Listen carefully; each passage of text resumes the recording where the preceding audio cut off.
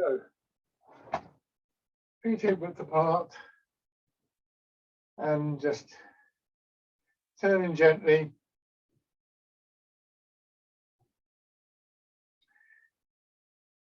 Give yourself time to settle in.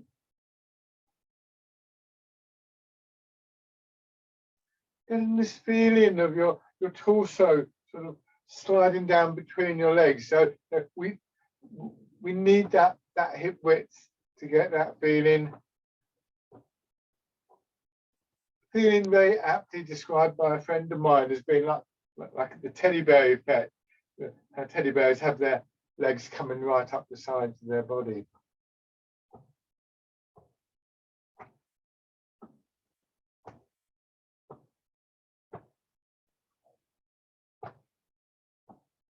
Nice steady rhythm in the movement.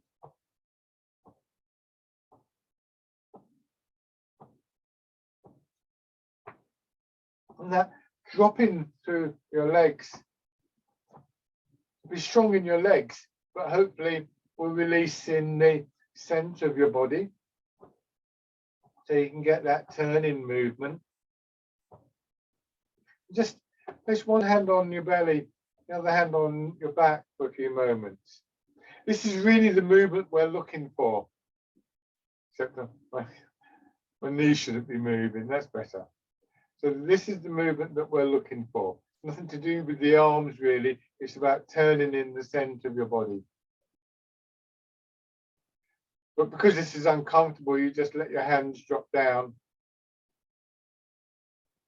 So you get a very loose quality in your shoulders, your arms, your fingers.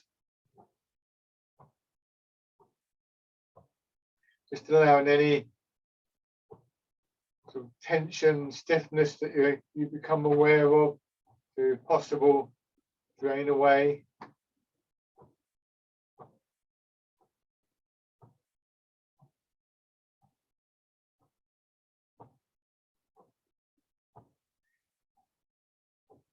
So this loose quality is constantly with us in Tai Chi. It's not the final story though. Some schools of Tai Chi will focus almost entirely on this, and what's sometimes referred to as emptying. You empty of tightness, the stiffness in your body. Perhaps also emptying of the kind of idea that you've got to kind of contrive things with your arms. After you've emptied, there's a fill-in stage. What we have to be careful of is that we don't just go back to the same old way of doing things. Some schools of Tai Chi, as I say, don't really focus on that for often for decades. But one way that we can begin that process of filling up the space is through the use of imagery. And the classic image of moving through water. What we fill with is sometimes labeled as internal strength, or we can think of it however we like, a better sense of connection in the body, a stronger sense of elasticity in the soft tissue of the body, and so on and so forth. But we develop it really, or you develop it in partner work, partly, but also you develop it through these images of moving through water and the like, just programming your body to move in a particular way. It's really important that we don't simply think that we're replacing the emptying stage. It's like if you've got a glass and it's full of water, you can't fill it up until you've emptied it. So you have to keep in the background that sense of looseness. But what we start to get is more of a sense of engagement through the whole body, more of a sense that there's something happening. The arms are coming around like this. They're not just loose and floppy as they were at the beginning.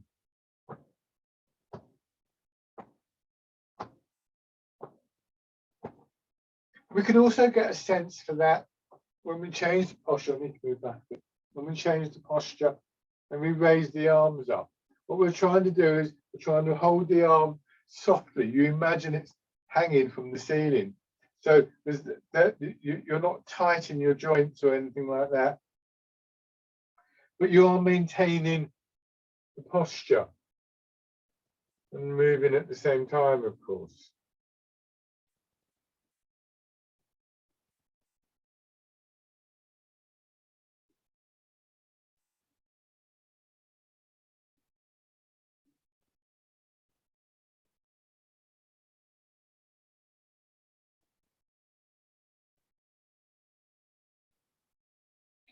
And then just letting your hands drop down.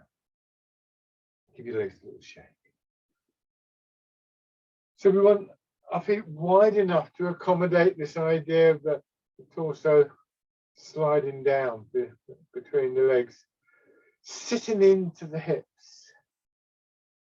So it's like if you sit in your favorite armchair, if you've had it for some time, chances are you sit down in it and the cushion kind of rises up either side. It's the same kind of idea in a way, same kind of feeling. And we want to get to a point where that feels quite kind of soft and relaxed. Just rolling your weight forwards and backwards in the feet.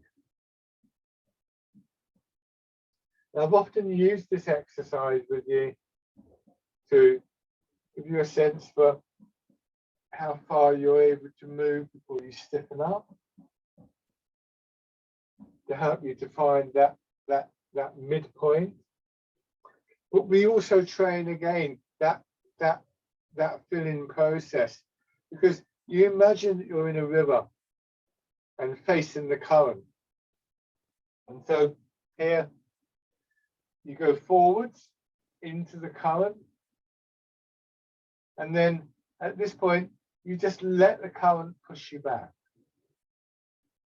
And before you get pushed right over, you go forwards again. So you've got two types of movement. One, just allowing yourself to be moved. And the other, using your intent to go the other direction.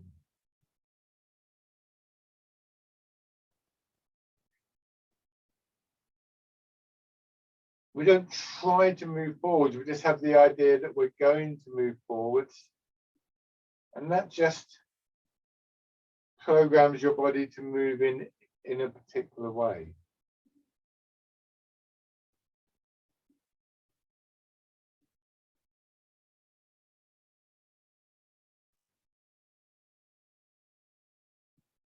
Notice what your body does to stop yourself being pushed back even further. So you don't want this to happen. You don't want to be pushed over by the water.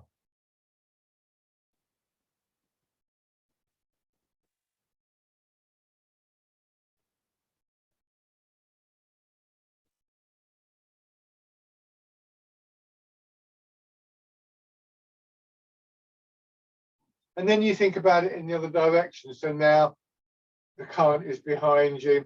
So you get pushed forwards, and then you have the intent to sit back.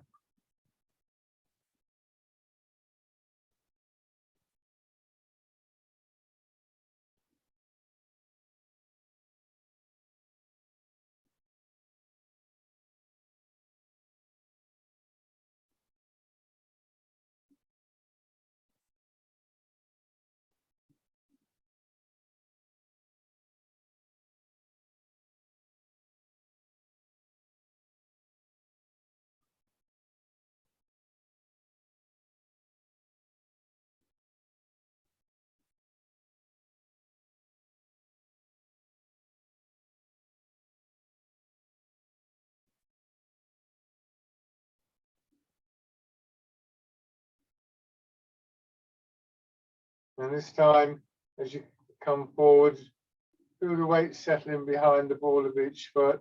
And instead of continuing forwards from there, let your hips drop back. And again, that feeling of sliding down between your legs. Bring your hands underneath. and pushing up and pressing down.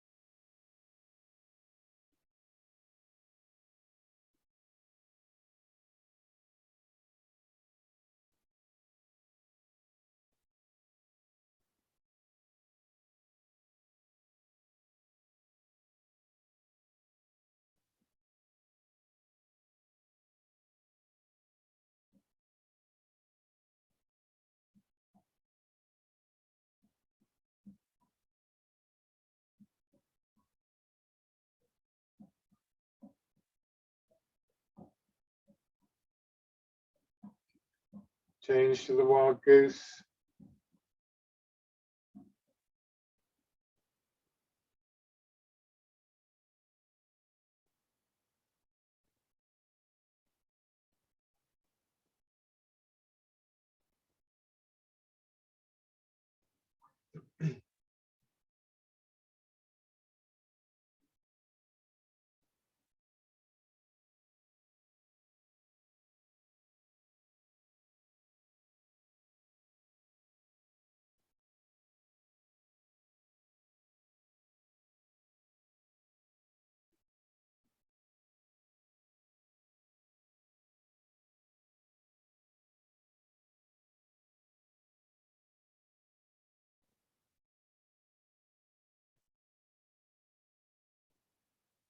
And then parting the clouds.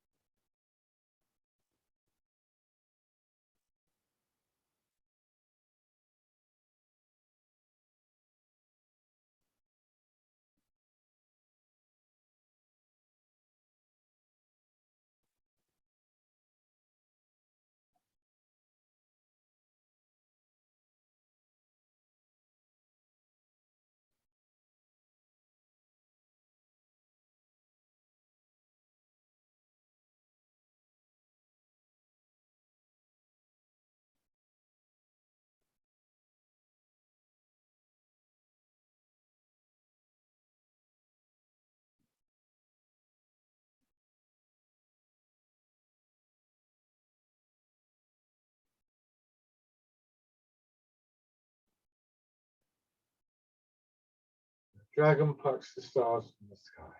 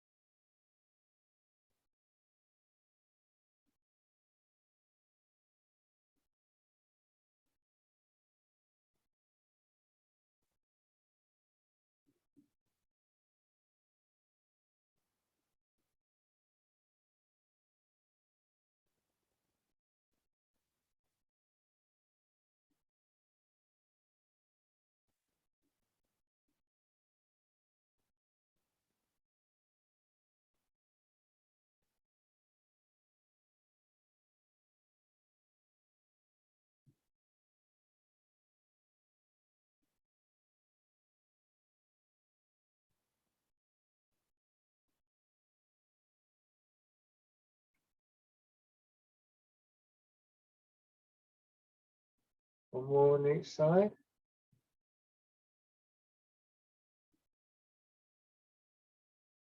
Just remind yourself of that feeling of moving through water, moving through the resistance.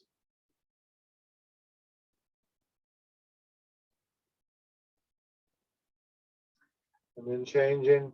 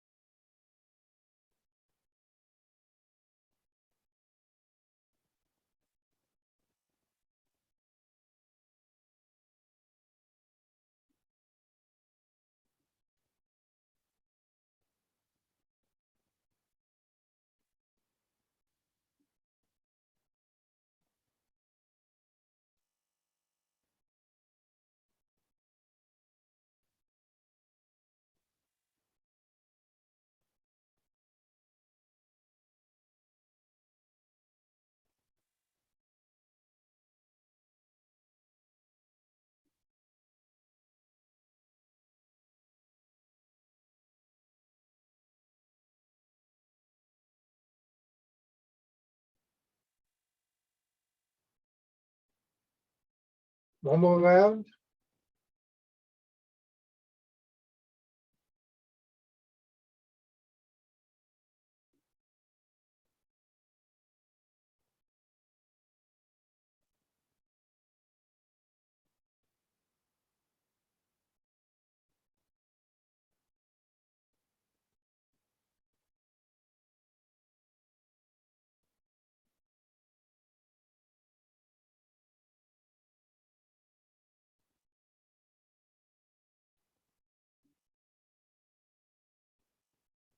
And then changing.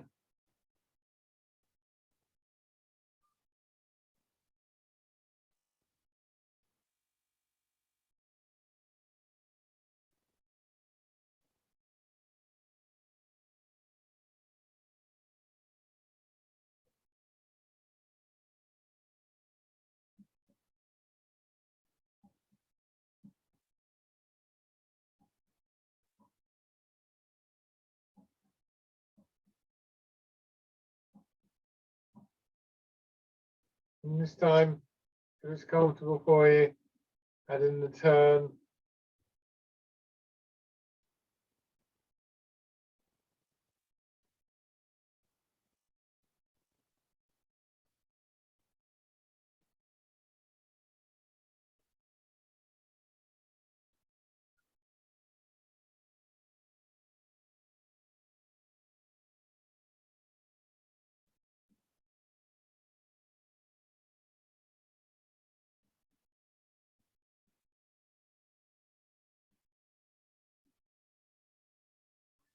Again, change sides.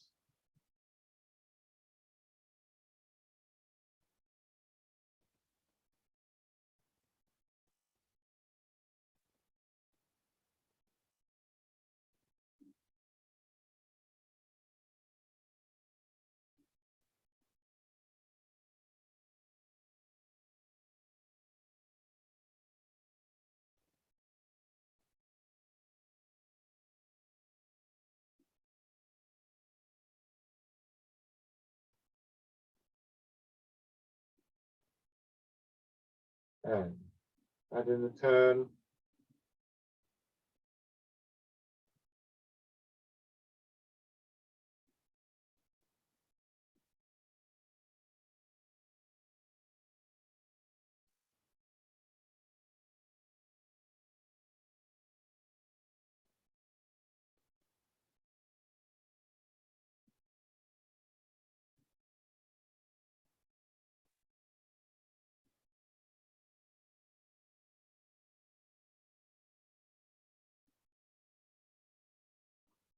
Rowing a boat in the middle of the lake.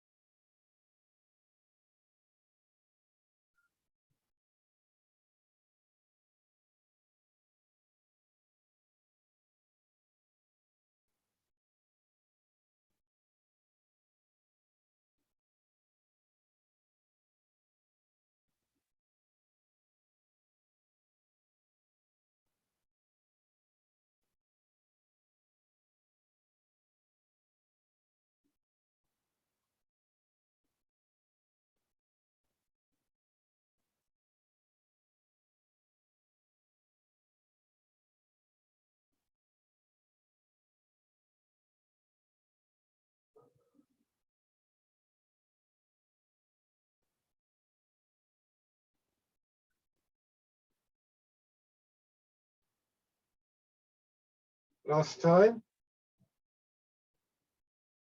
Changing now to polishing the table.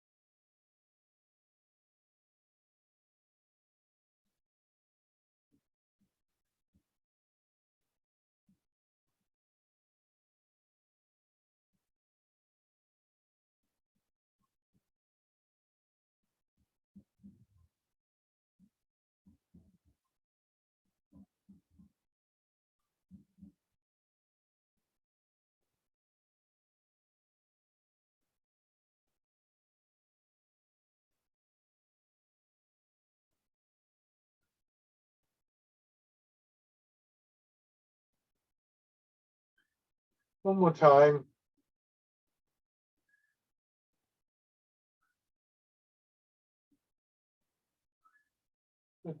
And then let's shake out. So going back to that idea of the torso dropping down between the legs, obviously this is going to be quite difficult to do like this. Although we do use stances like this sometimes in Tai Chi. The basic sort of training stance is feet hip width apart, but we also use horse riding stance. Now, to start off with, you look at this and you think that's got to be harder on the legs, and it is in a way. It's harder on the muscles of the legs, but because it's a wider space, you're more likely to get that sense of dropping down. So curiously, once you're used to this posture, it's kind of easier on the knees, I think, because your center of gravity tends to go lower. You've just got to watch that you don't start sort of twisting the knee up in one way or another. So there's a certain amount of stretching on the inside of the leg, conditioning all around the leg. So it can be quite a wide stance. It can be a very low stance, but it can be a little bit higher up as well. You might just want to go for a kind of halfway measure. But we're going to do stretching between heaven and earth. An exercise that has various kinds of stages in it. We'll start off with the most simple stage, and we end up maybe doing something like this, but stop at the stage that you feel is most useful to you at the moment. It isn't necessarily the case that the more demanding the movement, or stand on one leg or whatever is better than the basic movement.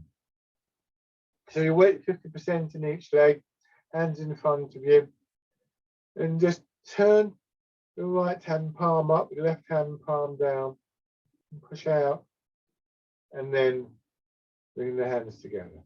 Not everybody does, but I like to just drop down a little bit at this point. So I feel my whole body expanding and contracting. Stretching between heaven and earth.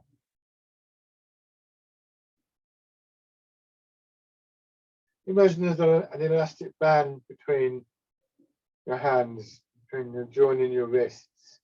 And you're drawing it apart, drawing it out, and then it contracts, but you want it to contract slowly. You don't want to that it just snaps shut.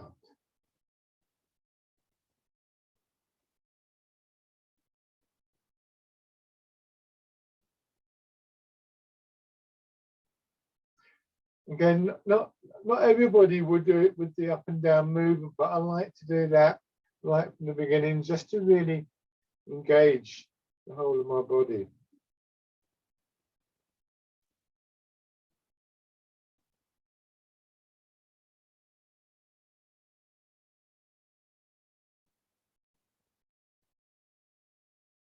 Now this time, if you wish, you're going to transfer your weight. So as your right hand goes up, you go into the right leg, and you can still push up a bit, and then you come down in the middle, come up a little bit in your left leg.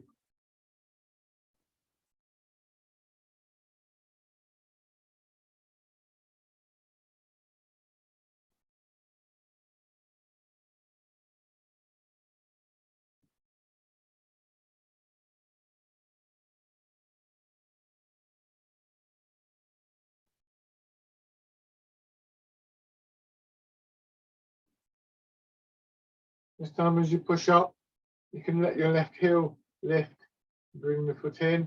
Now you're going to step out as you drop down, so be careful of your right knee. Not a huge step down.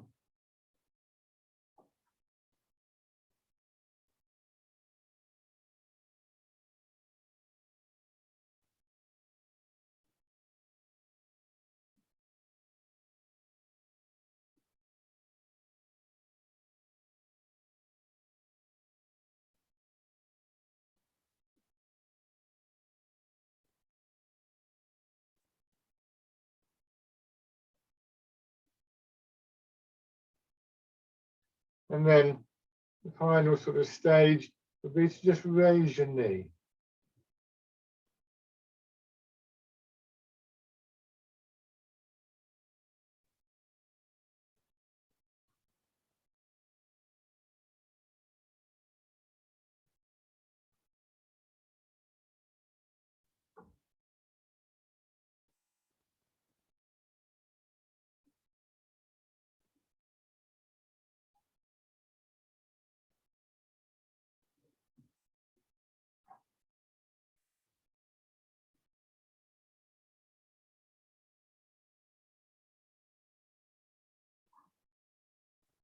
One more time.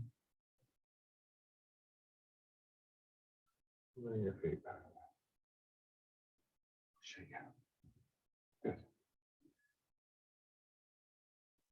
Again, in the slightly wider stance, we're going to do part in the wild horse's mane. And the reason I've got you in the wider stance now is because it's only a very slight shift across. When you're moving from one foot to another, in the bow stance, in the forward stance, you can get about 60% of your weight forward, 70% back. But really here, the most you're going to manage without pulling your body out of line is 60%. So if you're standing like this, you can do it, but by the time you sort of registered that it's 60%, you probably overshot a bit. So a slightly wider stance is an advantage here. Your weight transferring from side to side. Let me get my feet right. That feels better. And you turn. So you move across and you turn.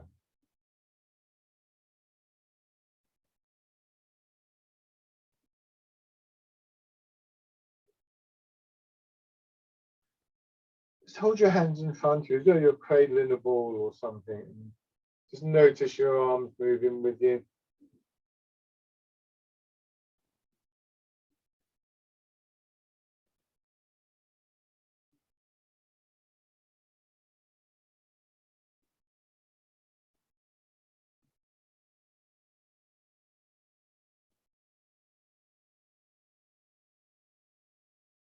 Focusing on your left hand, as you go into your left foot, notice that it's kind of moving in this direction, or being moved in this direction. Just let the arms swivel around and then raise it to shoulder height. And this is where you want your hand to end up when we do part in the wild horse's mane. So the sum total of movement, the independent movement on the part of your arm, it's already been moved a little bit. Essentially, let me come a bit closer. If you look here, I come there, I turn, so the arm is already being moved that way. If I let my elbow drop down, it comes into position there, and then I'm going to do that. So it's really just this movement independently by the hand. The rest of the movement is done by your body. So it's less movement with your arm than you might imagine. You move across, feel what direction the hand is going in, and just build that into part in the wild horse's mane. And then you can try the same thing on the other side. And this is just to really give you a sense of the quietness of your arms and your hands. Notice there's no kind of complicated rotating or anything like that. There's only one place in the movement where that happens. So this time, as you come across, keep your hand at shoulder height and it gets drawn across, and here is where the hands turn in to hold the ball. You move across into your left, and the left hand is going to go straight down. It's not going to turn or rotate. So left hand is palm down, right hand is palm up, and it remains that way all the way through this stage of the movement, all the way back until the hands are once more in line with each other vertically, and then you turn them in, and then you carry the ball across. Part in the wild horse's mane. Feel how the chest opens.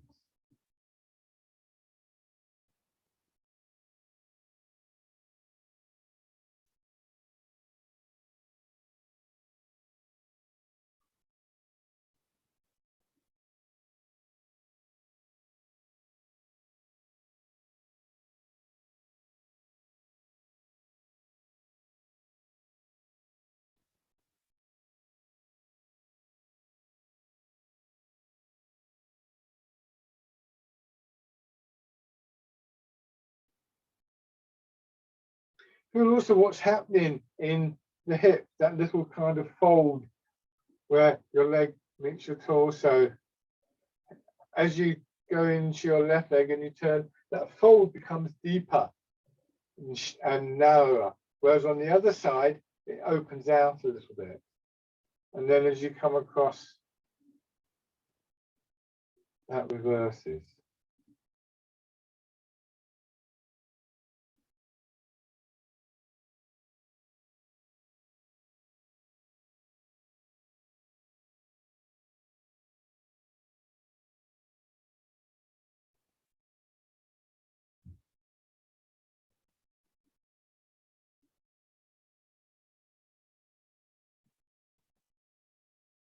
The economy of the movement, the quietness of the hands, contributes to the flow of the movement.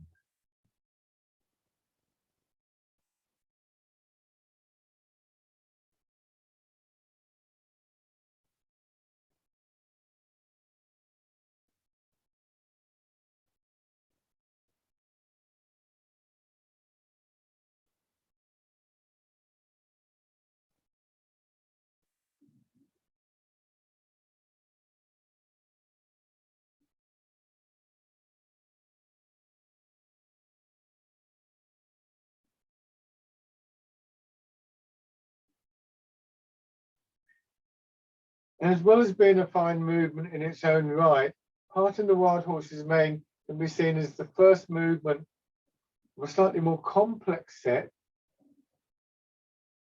Following the same principles, we go into the right foot, and you've got that opening through there, and then you just let that contract in, and this time you let your left hand come through, as though it's going to try and touch your right elbow. Palm of your hand facing backwards, and fingers pointing down, and it's as though they're stuck in mud. You push with the right foot, and you pull your fingers out of the mud, so you come up, and the hand makes a little sort of circling move. You sink down in your left, turn the hand's palm in, so you're holding the ball, and just move back into your right foot. Now we change the other side, so you move your weight across, draw both hands across, and the leading hand drops down to hold the ball, and then you come back, and we do the same thing again. This is a movement called white ape office fruit. So you open out here, and in this movement,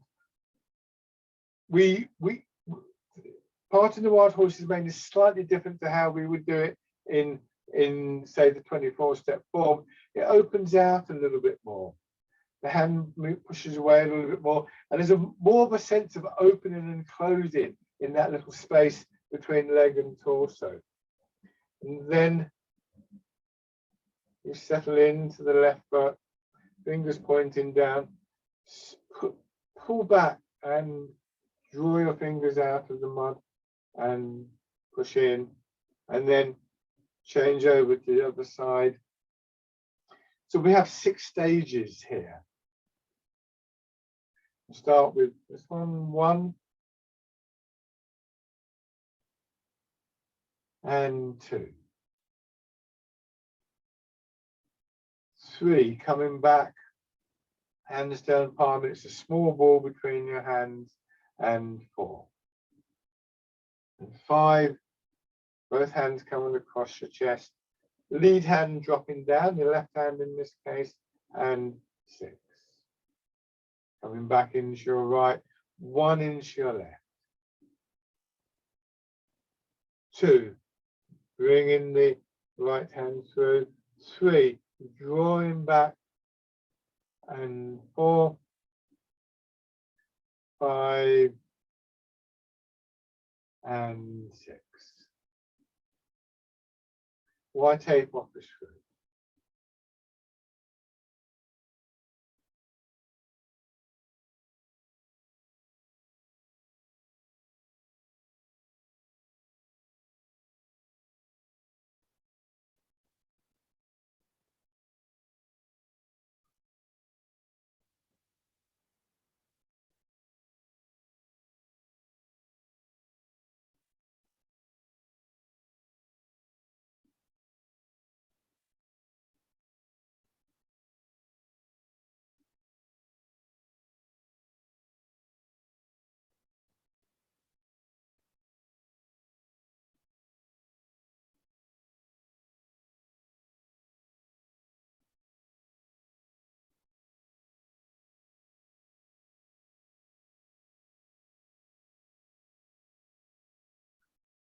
Do one more.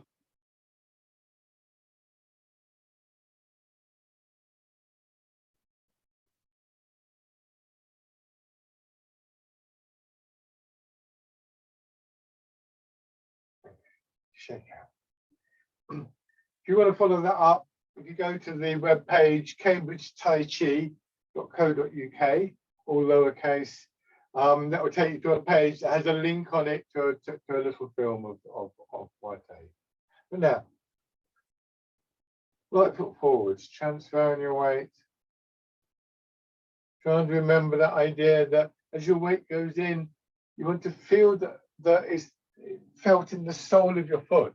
Your foot fills up, your leg fills up from the foot upwards, not sort of trickling down.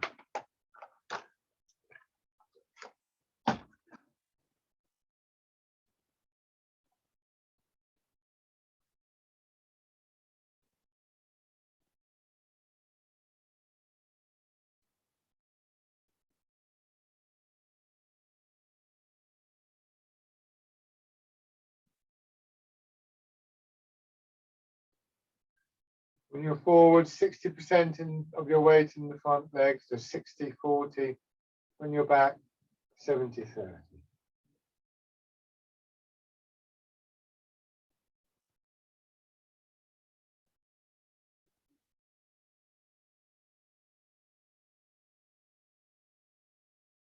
Just pausing for a moment over each leg each time you get there.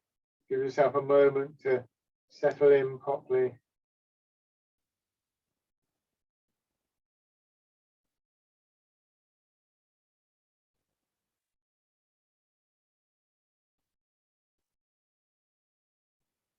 And then raising the toes and your heel. Front foot can turn out slightly now, so that again that opens up that space between the hip and just makes it a little bit easier for the weight to drop down. So we start to just increase the percentage of the weight in each leg as we move into it. Gradually, once again, emptying the other leg.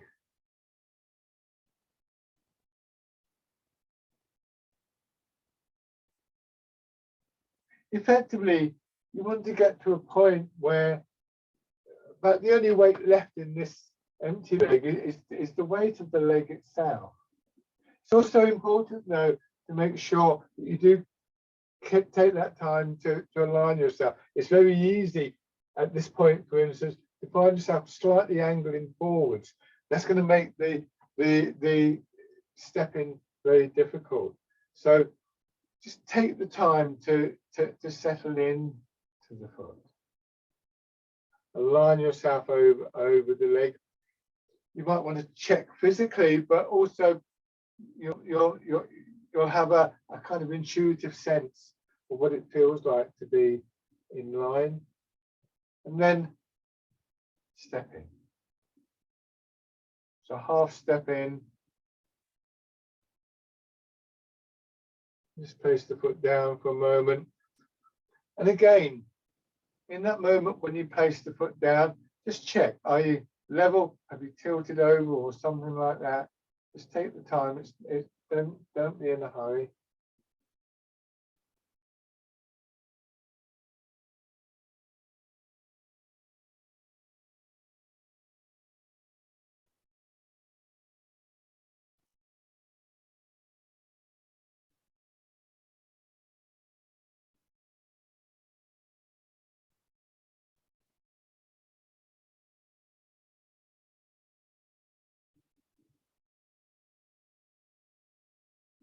Good. And then left foot forwards. Don't rush stages. Sometimes when we change over, I see people in classes, not this one, but as soon as they've changed them, they're like this, and suddenly they're stepping in. Each stage of this exercise is important, and each stage rests on the stage that you're on. So give each stage due time.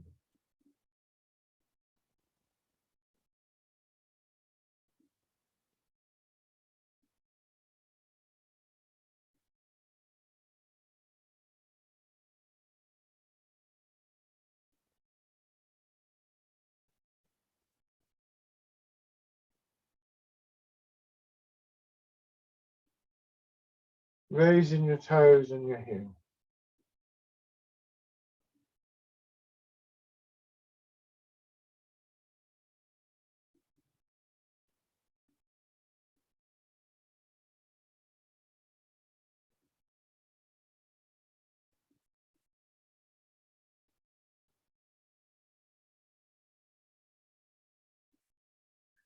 And then stepping in.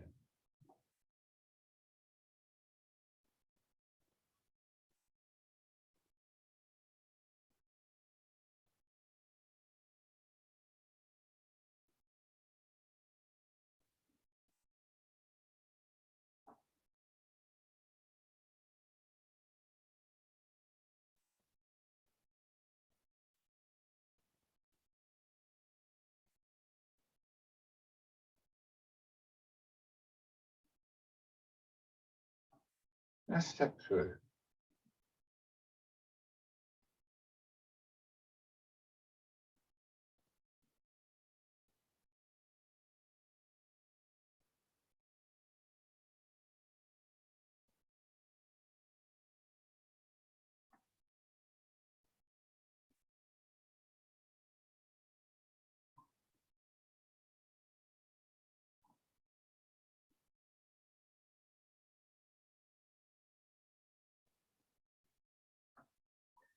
And then change direction.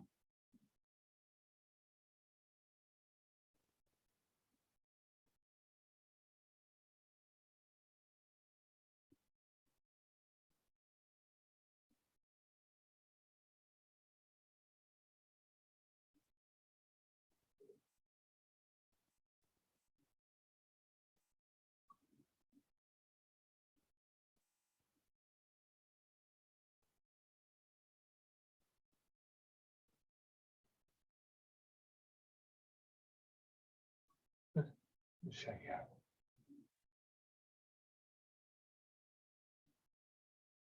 Right, let's start with fisherman castanet.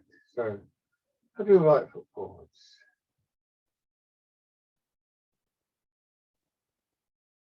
Going back to that moment of just settling into each leg, if you look at the movement from the side, it's as I settle into my front leg that my hands swing in front. Now I go into the back leg and my hands are being pulled, and it's not until I settle in that they swing past the hips. Now they're being pulled forwards. And as I settle, they swing past. So if you think of it like that, that should stop you doing this, leading with the hands. We're always trying to reinforce that movement of the body from the ground upwards through the body, using the ground to move against, to move with, to support us, so on and so forth, and building layer by layer through your body.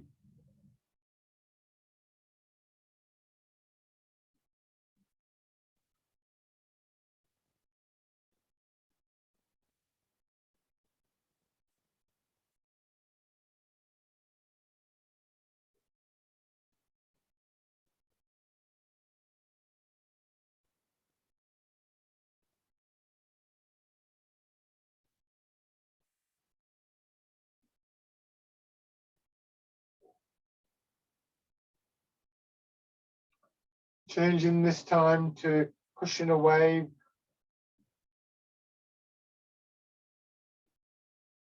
essentially, with this movement, your arms extend out a little bit, but not much. The rest of the movement for your arms is a curving upwards, which is a very natural movement for your hands to take. But when you've got the shape in your arm, and the intent is for your hands to go forwards because they're attached to your shoulders, they'll just naturally swing up.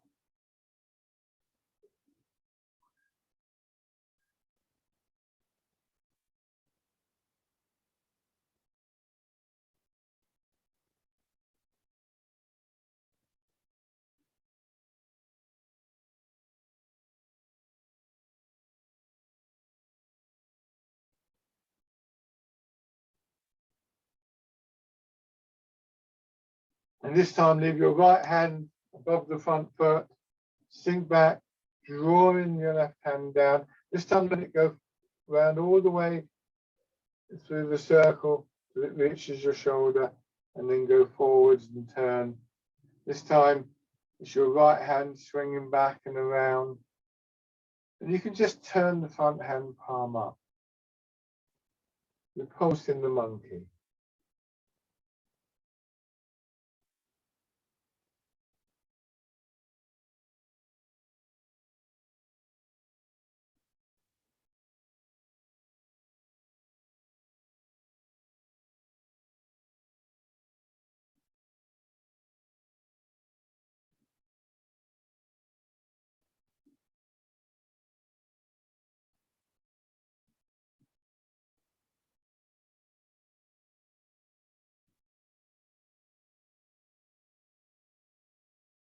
Forwards, raise your back heel, step in. So now as you turn, you're also going to step back, sink the weight back, drawing the foot in, and step through.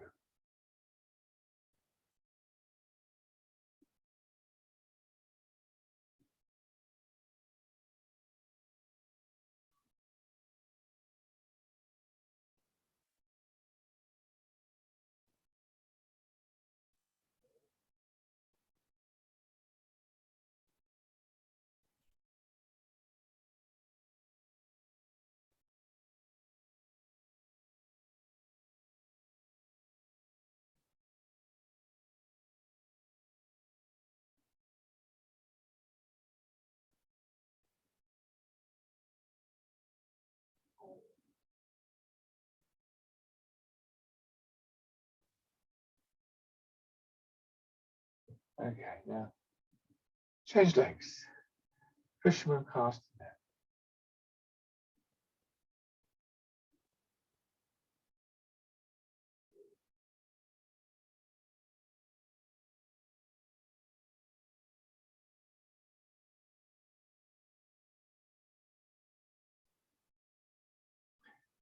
Just remind yourself from the start of the class, those two processes of filling and emptying. And you can think of that as the emptying is the downward pull of gravity, kind of drawing the tightness, drawing the tension down through your body. And perhaps we can also think that the filling comes up from the ground, from that resilience, that springiness within your body.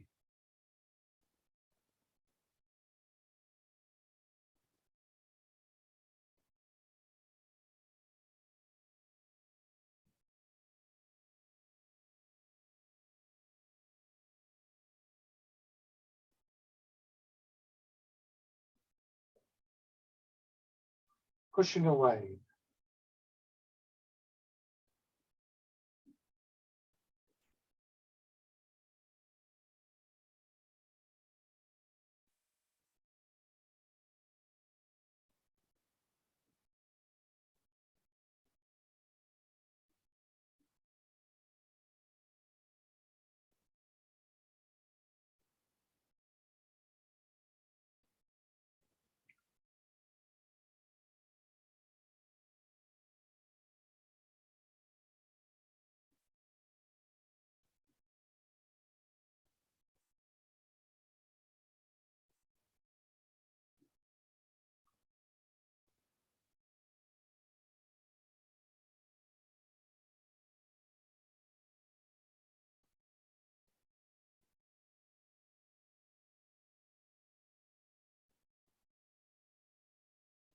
Pulse the monkey.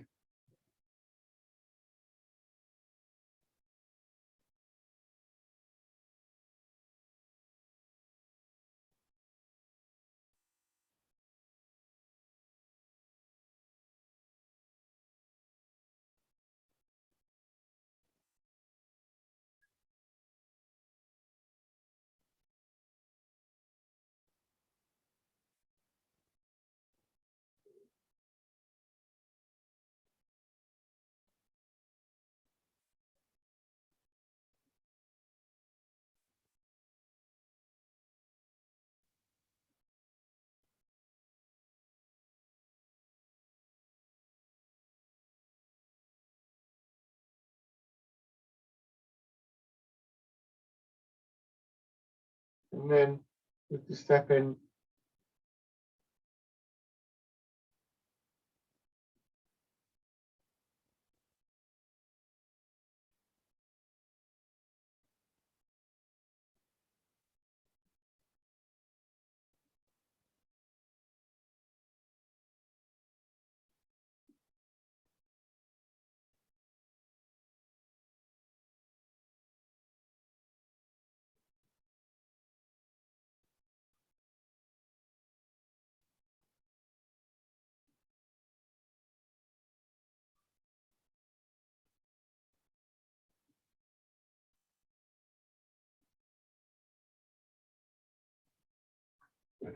Shake out. Rubbing your hands together.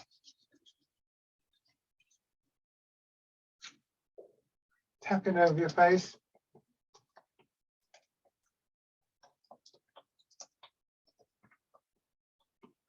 Over your head and neck.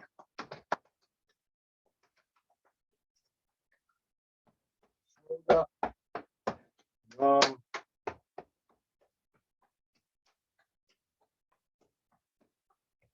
Side.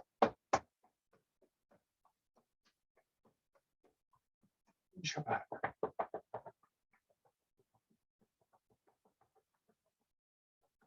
Your hips.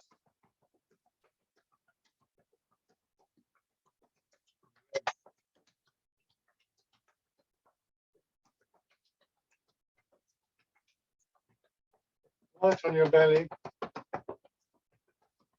The upper part of the chest.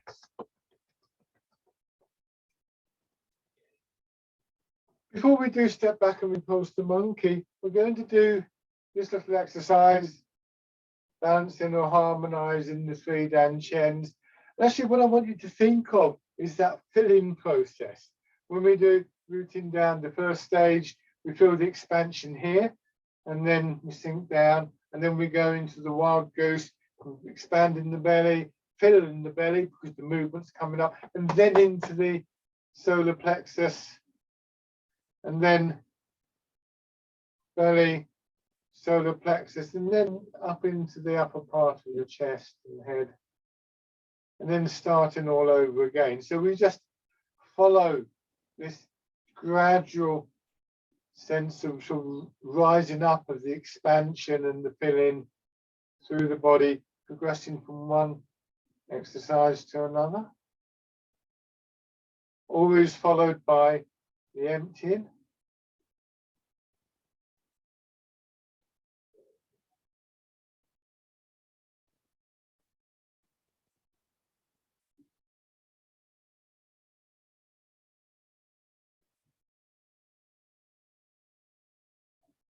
And then back to the beginning.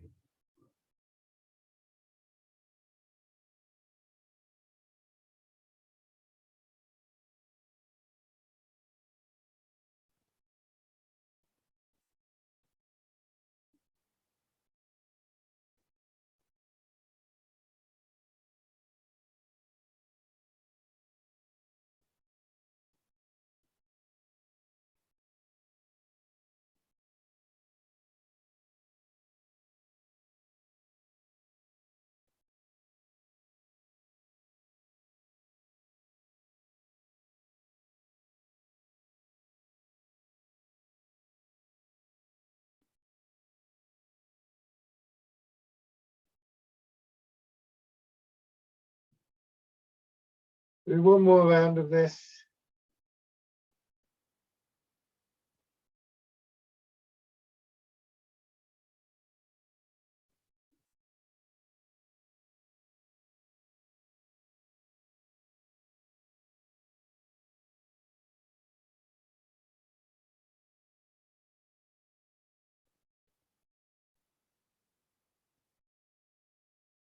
Now change into embrace tiger, return to mountain.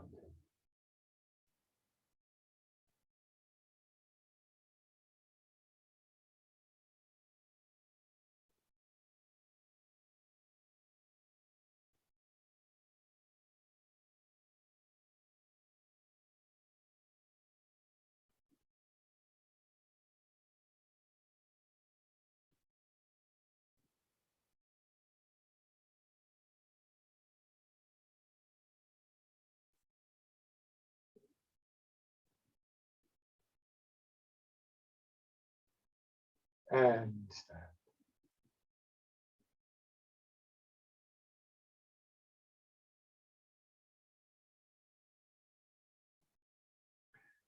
Check out. Thank you very much. It was great. So thank you for coming and enjoy the forthcoming weekend.